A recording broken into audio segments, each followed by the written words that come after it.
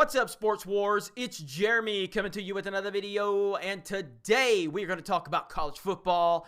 It was a great opening day for college football. I'm excited, and I just want to cover a few of the things that stood out to me and my overall thoughts about the first day. And we still have more games coming throughout the weekend and into Monday, so we'll still be able to cover them here on the Sports Wars channel. Plus, NFL season is right around the corner. It's a great time of the year. The weather is going to get cool. It's football season. It's time to talk shit. It's time to have some fun, and I can't wait. All right, so let's talk about it. So I predicted 3 games on this channel, and so we're going to talk about the 3 games I predicted. I predicted that Auburn would beat Washington. They did, but that was a fantastic game. I thought that Auburn would actually handle them a little better than they did. Now, I know, it's top 10 rankings for both teams, but I thought Auburn would handle them a little better. But still, it was a close game. It was a great game, and it came down to the wire.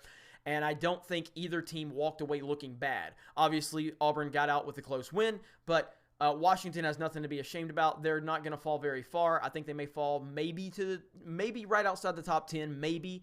But I think they've got a lot to look forward to for the rest of the season, and they hung in there with a top 10 SEC team. So good job to both teams. It was a great game. Next up, I predicted, and I was down to the wire on this one, I predicted Michigan would beat Notre Dame. It was a great game. I didn't watch most of that game because I was watching Bama and Louisville, but I kept up with it the best I could.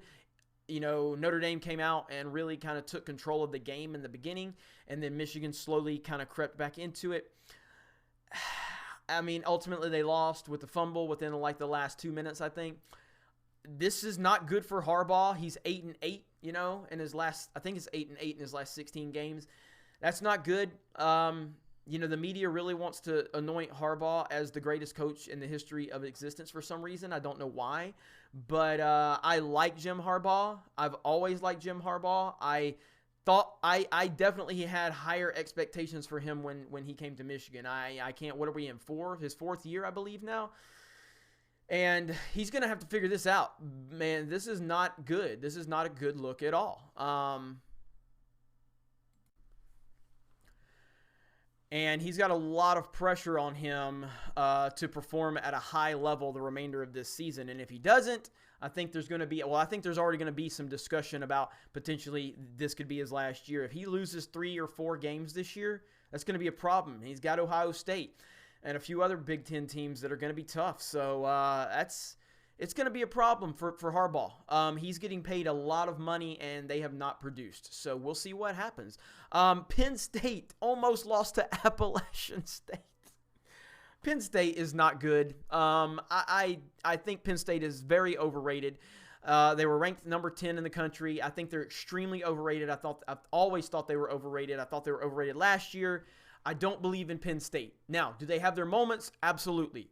But they're overrated. It's just that simple. And so that was more proof of what happened. And then the other game I predicted was obviously Alabama and Louisville. Oh my goodness. I said it in our Facebook group. I'm going to say it right now again. Tua Tagovailoa, this guy has the potential to be one of the great college football players of all time. He has the potential to be the greatest I've ever seen. The greatest I've ever seen up to this point is Tim Tebow. The greatest season I've ever seen was Cam Newton at Auburn in 2010. But as a career and as a player, Tim Tebow is the best college football player I've ever seen. If you want to argue with me, look up the numbers and then sit down because you're wrong. But Tua has something special. I don't know if I don't want to go way hyperbole on this, but Tua is special. This guy has everything you would want. The only thing he doesn't have, but this would only apply to the next level, the only thing that's hurting him for the next level is his height. But my goodness, he can move in the pocket. He's got amazing pocket presence and self-awareness.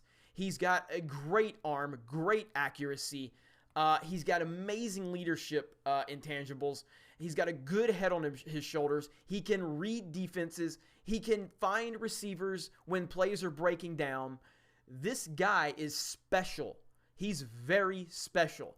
And the one problem I have with him right now is he does come off a little reckless at times. He does. and that could bite him in the ass. It could, and I think he's going to get that worked out. But this guy's special. He was the preseason Heisman. He was the leading preseason Heisman frontrunner before he ever started a damn college football game. Like, this guy is incredible. So Bama looked great. There was a few issues on defense, definitely. Saban wanted to put Jalen Hurts in for a few series. I know what Saban's doing. That's his insurance policy. Plus, Jalen just has been great. He's not a great quarterback by any means, but he's done what he needed to do for us, and he's gotten us. He's been a great starter. Was he 26-2 or something like that, or 3? But I mean, he's a good guy. He's a good leader. He's a good teammate, and I know Saban's trying to do right by him. Meanwhile, while having clearly the better quarterback is Tua. So Bama just looks unstoppable for many reasons. The biggest reason outside of having Tua and Saban is they have a very easy schedule this year. A very easy schedule. So I don't see anybody competing with Alabama until probably Auburn. I mean, there's a couple of games. You've got LSU. You've got, I think, Mississippi State. Or is it Ole Miss? I can't remember. But there's not many tough games for Alabama this year. They've got a really easy schedule, so we'll see what happens. Oklahoma and Ohio State steamrolled their opponents. Same with Georgia. That's no surprise. They didn't really play any tough opponents, so that wasn't any surprise. So overall, it was a great opening day to college football. I'm very excited, very happy, and I'm interested to see how this season continues to play out for Harbaugh. Because that's going to be something a lot of people are keeping their eye on, and obviously the Tua situation, I don't know. This guy's going to be great.